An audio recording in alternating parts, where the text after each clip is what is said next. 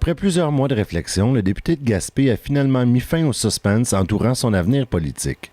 Le 5 juin dernier, Gaétan Lelièvre avait invité plusieurs collaborateurs et amis à un point de presse qui avait lieu au Berceau du Canada à Gaspé.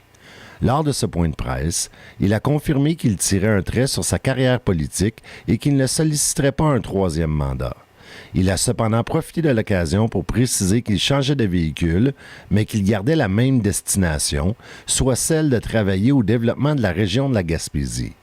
Il semblait évident que pour le député, la décision n'avait pas été facile à prendre. Au cours des derniers mois, des citoyens de tous horizons avaient encouragé Gaétan Lelièvre à poursuivre sa carrière politique. C'est assurément pour cette raison qu'il a tenu à en faire l'annonce, en compagnie des personnes qui avaient croisé son chemin au cours de son parcours politique. Rien au cours des dernières semaines ne laissait présager son retrait de la vie politique, puisque le député était toujours animé d'une véritable passion pour son travail et toujours aussi combatif pour défendre les intérêts de la région de la Gaspésie et des autres régions du Québec. Télé-Soleil vous présente le point de presse qui a été tenu le 5 juin dernier. Bonjour, merci d'être venu. On a fait ça, comme vous l'avez vu, assez rapidement. Hier soir, on a avisé les médias, puis quelques amis, quelques connaissances, des partenaires, des collaborateurs de l'événement de ce matin. Donc, je suis conscient que le délai a été serré, mais en même temps, il faut essayer d'éviter les fuites, mais je me suis rendu compte que c'est impossible. En politique, c'est impossible. Aujourd'hui, on peut essayer, mais c'est dur à déjouer. Écoutez, c'est ça. C'est un moment qui est important pour moi ce matin. Puis j'ai invité des personnes notamment significatives dans mon entourage, ma famille, c'est bien sûr, des collaborateurs et collaboratrices, des partenaires du développement, des amis, puis de toute allégeance politique. Comme vous pouvez le voir, là, quand je me suis présenté en 2012, je me suis engagé à tenter de faire de la politique autrement. Puis pendant les 6 dernières années, j'ai essayé. Puis, je suis fier aujourd'hui de voir qu'il y a des gens qui étaient là en 2012 quand je me suis lancé en politique, puis sont encore là aujourd'hui. Puis, c'est pas nécessairement des gens qui sont dans la même famille politique que moi, mais c'est des gens, par exemple, qui ont à cœur la Gaspésie, le développement, puis aussi de faire de la politique autrement. Fait que je suis très heureux de ça. Je vais essayer d'être le plus bref possible, tout en n'oubliant rien ni personne. Je vous dirais que cette belle aventure-là a commencé en juillet 2012, le 28 juillet, après 3-4 mois de discussion avec Mme Marois, j'ai décidé d'accepter de me présenter en politique le 28 juillet. Puis, 4 jours plus tard, les élections étaient déclenchées. Le 1er août 2012, c'était déclenché. Donc, j'avais eu 4 jours pour me préparer pour le lancement de la campagne. Ça avait été une très belle aventure, puis j'en garde un excellent souvenir. Je profite de l'occasion pour dire quelques mots sur Mme Marois, notre première ministre. Pour moi, c'est une grande première ministre. C'est quelqu'un qui m'a fait confiance, qui est venu me chercher pour m'occuper des régions. Elle connaissait mon point faible. Donc, avec ce qu'elle m'a offert, un coffre à outils, un plan de développement de la Gaspésie, et elle, comme première ministre, de s'engager à défendre les intérêts de la Gaspésie. Ça n'en prenait pas plus pour me convaincre, moi et ma famille, d'aller de l'avant. Donc, ça a été une belle aventure, 18 mois au pouvoir avec cette grande première ministre, avec une équipe formidable. Je me souviens d'avoir, dès les premiers conseils des ministres, demandé à mon collègue et devenu ami aujourd'hui, François Gendron, d'être mon mentor, ce qu'il a accepté, puis il l'est toujours après 6 ans. J'ai connu des personnes extraordinaires au sein du Parti québécois, des amis qui vont être là même après la politique, c'est bien sûr, puis des gens extraordinaires aussi au sein de l'ensemble des formations politiques. Je peux vous dire que en politique, il y a des hommes et des femmes engagés avec des valeurs déterminées dans toutes les formations politiques. Certains sont devenus des amis, puis vont devenir également après la politique. En tout cas, c'est ce que j'espère. Puis ce que je souhaite, je pense que je ne me trompe pas en vous disant ça. Écoutez, quand je me suis présenté en 2012, j'avais 3 engagements. Il y a des gens qui étaient présents puis qui doivent s'en souvenir, puis je l'ai répété à de nombreuses occasions. Mes 3 engagements principaux, c'était défendre la Gaspésie et les régions. Donc, une continuité de mes 29 années dans le développement régional que j'avais fait ici en Gaspésie, puis dans certains dossiers à travers le Québec, avant d'aller en politique québécoise. Le deuxième, c'était de faire de la politique autrement. Pour moi, c'était important. Puis, j'ai tenté de le faire du mieux que j'ai pu. Je pense que j'ai réussi jusqu'à un certain point. Puis, le troisième, c'était les jeunes. Impliquer les jeunes autant que possible dans la politique, ramener des jeunes en région, les impliquer dans la communauté si ce n'est pas dans la politique. À ce niveau-là, mon action a peut-être été un peu plus discrète, mais j'ai tenté de collaborer le plus possible aussi avec cette belle jeunesse-là, avec les compétences, là. Des jeunes d'ici qui reviennent, mais aussi des jeunes d'ailleurs qui décident de venir en Gaspésie, puis ça, on l'a vu, on le constate. Il y a un retour des jeunes en région, puis ça, c'est un signe positif. Donc, c'était mes 3 engagements. Puis aujourd'hui, après 6 ans, je me rends compte qu'il y a encore du travail à faire à ce niveau-là. Puis c'est ces 3 engagements que j'ai l'intention de poursuivre là, dans mes prochaines années. Parce que s'il y a une phrase qui peut résumer, à mon avis, la décision d'aujourd'hui, c'est que je change de véhicule, mais je ne change pas de destination. Je change de véhicule. Oui, j'ai décidé de ne pas me présenter en 2018 aux élections, mais j'ai la ferme intention de continuer vraiment activement à défendre la région, puis m'impliquer au niveau du dossier de l'occupation du territoire dans l'ensemble du territoire québécois, parce que la Gaspésie doit travailler en collaboration avec d'autres régions. Je pense à l'Abitibi, la Côte-Nord, la Basse-Côte-Nord, des régions ressources dites éloignées qui ont été malmenées au cours des dernières décennies, également au cours des dernières années, puis la concertation régionale, mais interrégionale, puis l'action régionale et interrégionale va être essentielle pour développer notre région, puis vraiment arriver à une digne occupation du territoire. C'est beau d'occuper le territoire, mais il faut l'occuper de façon digne, en respectant les gens et en leur donnant leurs conditions de base. Les conditions de base sont notamment le transport, la santé, l'éducation, les communications. Puis c'est nos défis et nos enjeux, notamment en Gaspésie. C'est là-dessus que je me suis battu principalement dans les 4 dernières années à l'opposition. C'est là-dessus que j'ai travaillé pendant le premier mandat avec le gouvernement du Parti québécois. Je voudrais remercier des personnes. C'est bien sûr, là, quand tu fais 6 ans en politique, tu ne peux pas faire autrement qu'avoir besoin de l'appui, de la confiance, puis de temps en temps d'une petite tape dans le dos de personnes qui t'entourent. D'abord, merci à ma conjointe Christine de m'avoir accompagné, d'avoir respecté toujours mon choix. Puis même aujourd'hui, je peux vous dire, si j'avais décidé de continuer, Christine était prête à m'accompagner là-dedans. Je la remercie. Je remercie également mes 2 garçons, Hubert et Germain. Ça n'a pas toujours été facile pour la famille, donc je les remercie aussi de m'avoir supporté dans cette belle aventure-là. Ma famille, la balance de ma famille, mon frère, ma soeur, les amis, beaucoup d'amis. Puis comme je vous le disais tantôt, je suis fier de dire que j'ai eu l'appui d'amis et de personnes qui sont non partisans, des gens qui sont dans toutes les formations politiques. C'est important pour moi là, de faire, je pense que la meilleure façon de faire de la politique autrement, c'est justement de collaborer avec tous ceux et celles qui veulent collaborer au développement de la région. Puis, il y a des gens de qualité là, dans l'ensemble de ces formations politiques-là. Je l'ai constaté à Québec depuis 6 ans. Je vous l'ai mentionné tantôt, puis je le constate, puis je l'avais déjà constaté aussi depuis de nombreuses années ici en Gaspésie. On a des leaders, des gens engagés qui ont différentes convictions politiques, mais pour qui la Gaspésie puis l'occupation du territoire est une priorité. Puis ça, c'est essentiel pour moi de maintenir un lien de collaboration avec ces gens-là.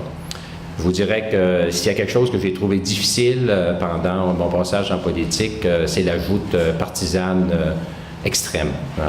Oui, on est en politique, il y a des formations politiques qui ont des convictions, qui ont des plans de match différents, mais la joute partisane extrême là, sert mal la cause de la société, c'est clair. Puis l'obstruction stérile, les débats stériles, j'ai eu beaucoup de difficultés aussi là, à cohabiter dans cet environnement-là. Vous savez, on ne peut pas changer quelqu'un. J'ai été 30 ans dans le développement régional, puis je me suis rendu compte rapidement que la principale responsabilité, le principal mandat d'un acteur du développement local et régional, c'est d'abord de travailler sur la concertation. S'il n'y a pas de concertation, il y aura difficilement du développement. Fait que j'ai travaillé du mieux que j'ai pu pendant les 30 premières années dans la région pour favoriser cette concertation-là. C'est sûr que quand tu es à Québec, sur la scène de la politique québécoise, cette concertation-là est plus difficile à atteindre. Pas parce que les gens qui sont là sont de mauvaise foi, pas parce qu'il n'y a pas de bonne volonté, parce qu'il y a une machine politique qui est très partisane, puis qui finalement tente toujours de nous ramener dans les vieux sillons là, de l'obstruction puis de la confrontation plutôt que de la concertation. Puis ça a été un combat là, constant là, dans mes 6 dernières années parce que ça venait en contradiction avec la façon de faire que j'ai prêché dans la région, que j'ai tenté de mettre en place dans la région avec mes collègues, avec les maires, les préfets, les agents de développement économique, etc. Puis l'ensemble de la population, de la société civile aussi, qui est très importante de plus en plus. Donc ça a été, je vous dirais, le bout là, qui a été peut-être le plus difficile, là, dans lequel là, ça venait confronter mes valeurs puis ma façon de faire de la politique. Mais ça fait partie, je dirais, de la vie. Il faut composer avec ça quand tu es à ce niveau-là. Mais la bonne nouvelle, c'est qu'il y a d'autres hommes, d'autres femmes de toutes les formations qui, comme moi, là, veulent faire de la politique autrement, puis ils le font tous les jours. Malheureusement, on n'a pas toujours la couverture peut-être médiatique là, sur ces bons coups-là qu'on fait. Mais je peux vous dire que c'est encourageant. Il y a de plus en plus de politiciens et de politiciennes qui sont prêts là, à travailler davantage dans un esprit de collaboration. Puis ça, c'est un signe positif. Du côté de mes plans, mes projets pour l'avenir, je vous dirais que je vais me concentrer d'ici le 1er octobre à d'abord continuer mon travail de député. Hein. Je suis votre député au moins jusqu'au 1er octobre. Après ça, il y a toujours quelques jours là, avant la nomination la sermentation des nouveaux et nouvelles députés. Donc, je me concentre sur la fin de mon mandat. Je vais, je vous dirais, réfléchir sur mon avenir professionnel et non plus politique. J'ai aucun plan d'arrêter, j'ai aucune décision de prise. Bon, il y a des possibilités, oui, c'est clair, mais j'ai vraiment aucune décision d'arrêter. Mais chose qui est sûre, c'est que je vais continuer de façon très active à être présent au sein du dossier du développement régional en région. De quelle façon, ça restera déterminé.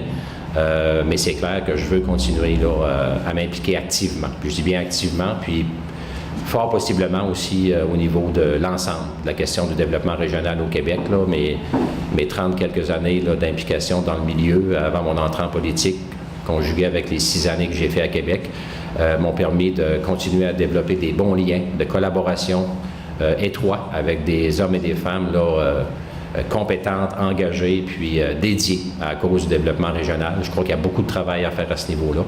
Puis c'est ce que j'aimerais continuer à faire là, pendant les prochaines années.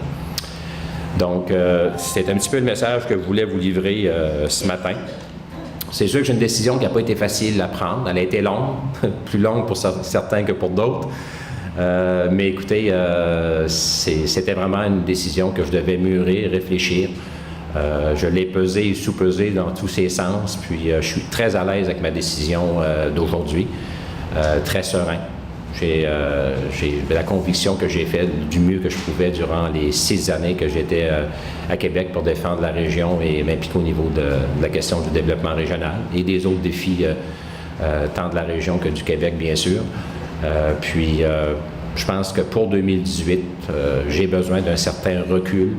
Je ne vous cacherai pas que j'ai besoin d'un certain repositionnement au plan politique national. On ne parle pas de repositionnement partisan, on parle plus de repositionnement par rapport au rôle que l'État doit jouer versus la responsabilité puis le rôle qu'on doit jouer ici en région. Hein. Là, je vois Daniel, il comprend ce que je veux dire, j'en suis convaincu. J'arrive là vraiment à la conclusion que les vrais changements profonds proviennent de plus en plus de la base. Et non pas des formations politiques. Vous savez, quand on est à Québec, là, on a les oreilles et les yeux rivés sur ce qui se passe partout en région. Et un député peut travailler extrêmement fort, peut défendre ses dossiers, mais s'il n'est pas supporté, puis je ne dis pas que c'est le cas, là, loin de là, mais si à Québec, là, les gouvernements ne sentent pas qu'il y a une mobilisation, puis il y a une solidarité, là, il y a une adhésion de la population de la base au discours du député, ça a beaucoup moins de poids. Puis j'ai constaté que beaucoup de dossiers, de plus en plus, non seulement au Québec, mais ailleurs, là, prennent naissance là, à partir de mobilisations citoyennes, de mouvements sociaux, vraiment là, sur le terrain. Puis c'est un des éléments qui a fait en sorte que j'ai le goût de prendre un temps d'arrêt au niveau de la politique nationale. Est-ce que ça va être continu? Est-ce que je reviendrai un jour? Je ne suis pas capable de répondre à cette question-là aujourd'hui, mais c'est clair que je ne ferme pas la porte aujourd'hui à un retour éventuellement. Maintenant, est-ce que c'est mon objectif? Non, c'est pas ça non plus, mais la porte, je ne serais pas à l'aise en vous disant que c'est une annonce d'une fin de carrière politique aujourd'hui. Ça sera peut-être ça qui va se passer, mais je ne suis pas en mesure, honnêtement, de vous dire ça ce matin. Mais j'ai vraiment besoin d'un temps d'arrêt pour monter un peu au-dessus de la mêlée de la politique québécoise, revenir sur le terrain, travailler avec mon monde, avec les gens d'autres régions, puis de voir qu'est-ce qu'on peut faire pour améliorer l'implication là, vraiment des régions pour convaincre là, les gouvernements de l'urgence d'intervenir dans la question régionale. La centralisation là, qui est de plus en plus présente là, sert mal les régions, c'est clair. Puis c'est pas d'hier, puis c'est pas uniquement dans les 4 dernières années. C'est un mouvement qui est amorcé depuis longtemps et qui sert très mal la cause régionale. C'est sérieux. Puis on doit, comme les acteurs, les leaders socio-économiques, politiques des régions, doivent vraiment prendre acte de la situation, favoriser une meilleure action concertée, puis vraiment aller de l'avant dans des demandes concrètes, précises, dynamiques là, auprès de l'ensemble des gouvernements pour que les régions puissent accéder là, à un avenir, je dirais, acceptable. Parce que présentement, nos conditions de base là, ne sont pas présentes partout sur le territoire québécois. Puis la Gaspésie, malheureusement, est souvent l'une des régions qui est les premières à passer dans les moments difficiles.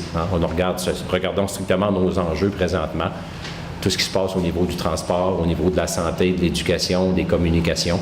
On est l'exemple, je pense, type là, d'une région qui n'a pas ces conditions de base, qui n'a pas les outils essentiels dans son coffre à outils pour se prendre en main. Moi, je vois des Gaspésiens, des Gaspésiennes, des hommes, des femmes, des gens d'ailleurs qui sont prêts à relever le défi là, du développement social et économique de la Gaspésie, mais malheureusement, il y a des conditions de base qui ne sont pas là. Puis ces conditions de base-là n'étant pas là, bien, il faut travailler 2 puis 3 fois plus fort ici pour avoir une portion des résultats qui viennent beaucoup plus facilement ailleurs, notamment dans les grands centres. Puis loin de moi l'idée là, de lancer le débat là, des villes contre les régions. C'est pas mon style, puis ça serait contraire à mon discours, mais il reste qu'il faut dire les vraies choses. Il y a une vague de centralisation qui est très forte, puis il y a une concentration là, inquiétante du pouvoir puis des investissements dans les grands centres, et les régions n'ont pas, à mon avis, leur juste part. Puis ça, c'est un combat qu'on va devoir continuer à livrer ensemble. Puis j'ai vraiment l'intention de participer avec les acteurs du milieu, les élus, dans les prochaines années à ce combat-là, parce qu'il y a une urgence d'agir. Parmi les personnes et les organisations que je veux remercier, il y a également l'exécutif du Parti québécois. Je vois Marina O'Connor, mon ex, comme on se dit, Marina, mais mon ex-présidente, mais écoutez, j'ai vraiment eu une relation privilégiée avec mon exécutif du Parti québécois pendant les 6 dernières années, mais notamment dans la dernière année où il y a eu un passage difficile, puis ça a été extrêmement apprécié et important d'avoir l'appui, l'appui de mon exécutif, de ma présidente. À tout moment, on a été en lien, en contact, même si ça fait 1 an que je suis indépendant. J'ai jamais rompu la collaboration étroite avec mon exécutif, avec ma présidente. Marina et quelques autres personnes de l'exécutif notamment savaient jour après jour l'évolution de ma décision. J'avais aucun filtre, aucune cachette pour eux. Je leur ai fait confiance à 100%, puis ils ont honoré ma confiance. Fait que ça, c'est important. Pour moi, c'était important parce que c'est pour le Parti québécois que je me suis présenté en 2012 et en 2014.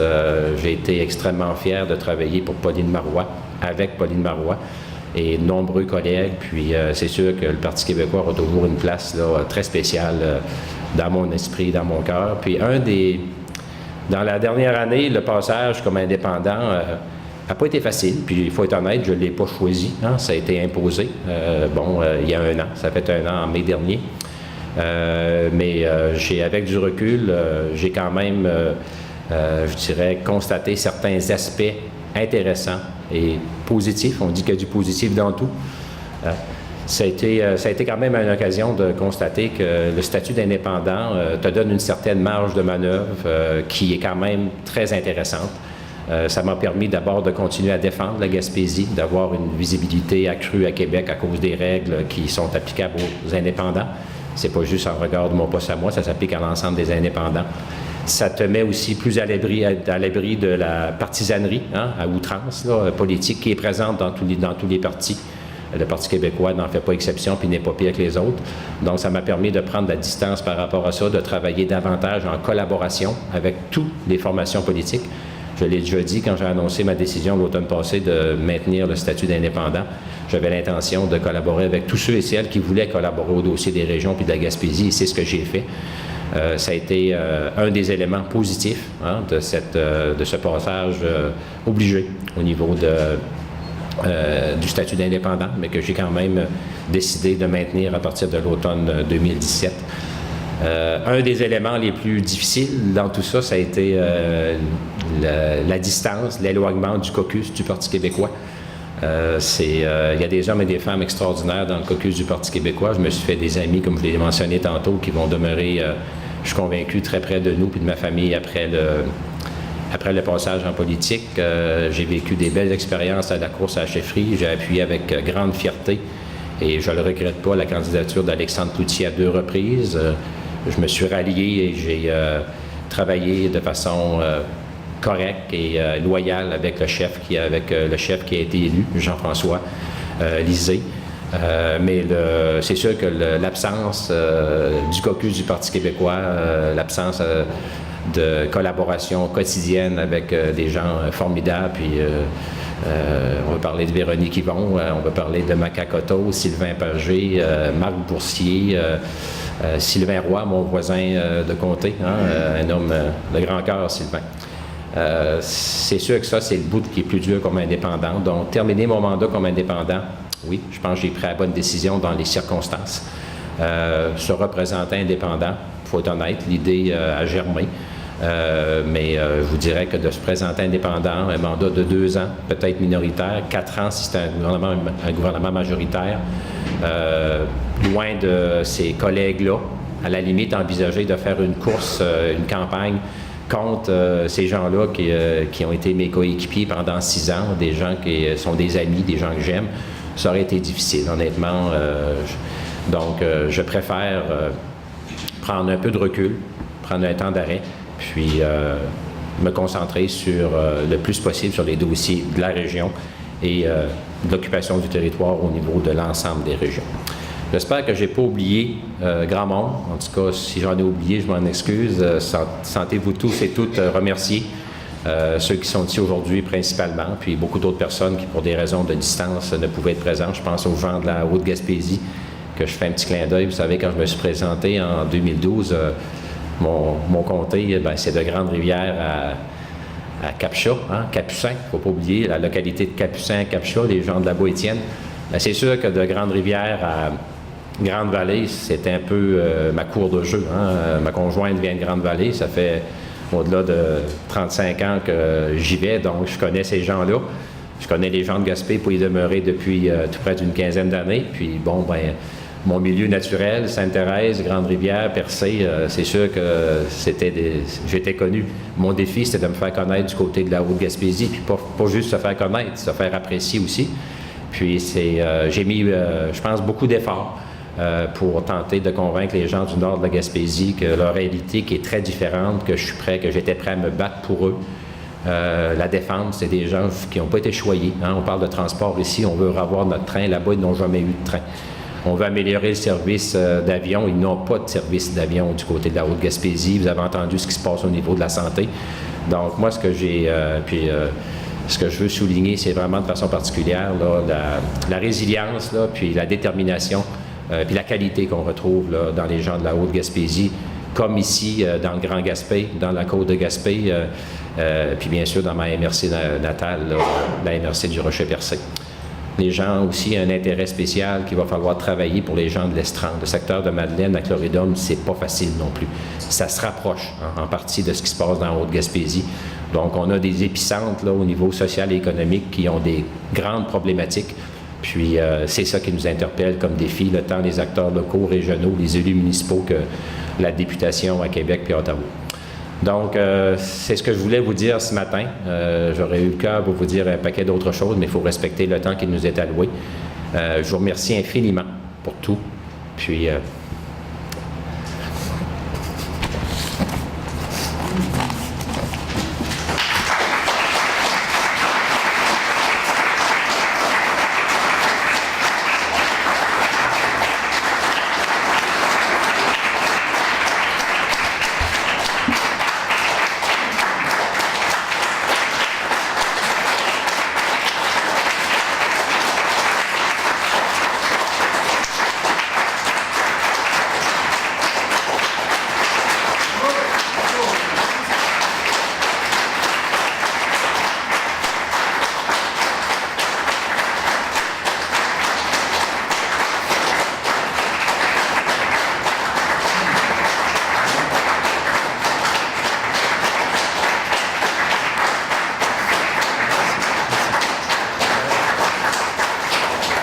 Fait que merci pour tout. Comme vous le voyez, c'est plus facile de parler de développement régional et de politique que de départ. C'est mon talon d'Achille aussi. Merci infiniment, puis j'ai été extrêmement fier de vous représenter, puis je vais continuer à le faire avec beaucoup de vigueur et d'intensité d'ici le 1er octobre. On a encore du travail à faire. Merci beaucoup encore. Merci. L'annonce de Gaétan Lelièvre n'a pas manqué de soulever de nombreux messages de solidarité. Plusieurs personnes issues des sphères politiques, municipales, économiques, culturelles et sociales, ainsi que de nombreux citoyens et citoyennes, ont tenu à saluer les 6 années d'implication du député. Malgré l'annonce de son départ, Gaétan Lelièvre n'a pas manqué de souligner qu'il demeurait en poste jusqu'à l'élection et qu'il avait la ferme intention de continuer à travailler avec la même rigueur et détermination jusqu'au moment de l'élection.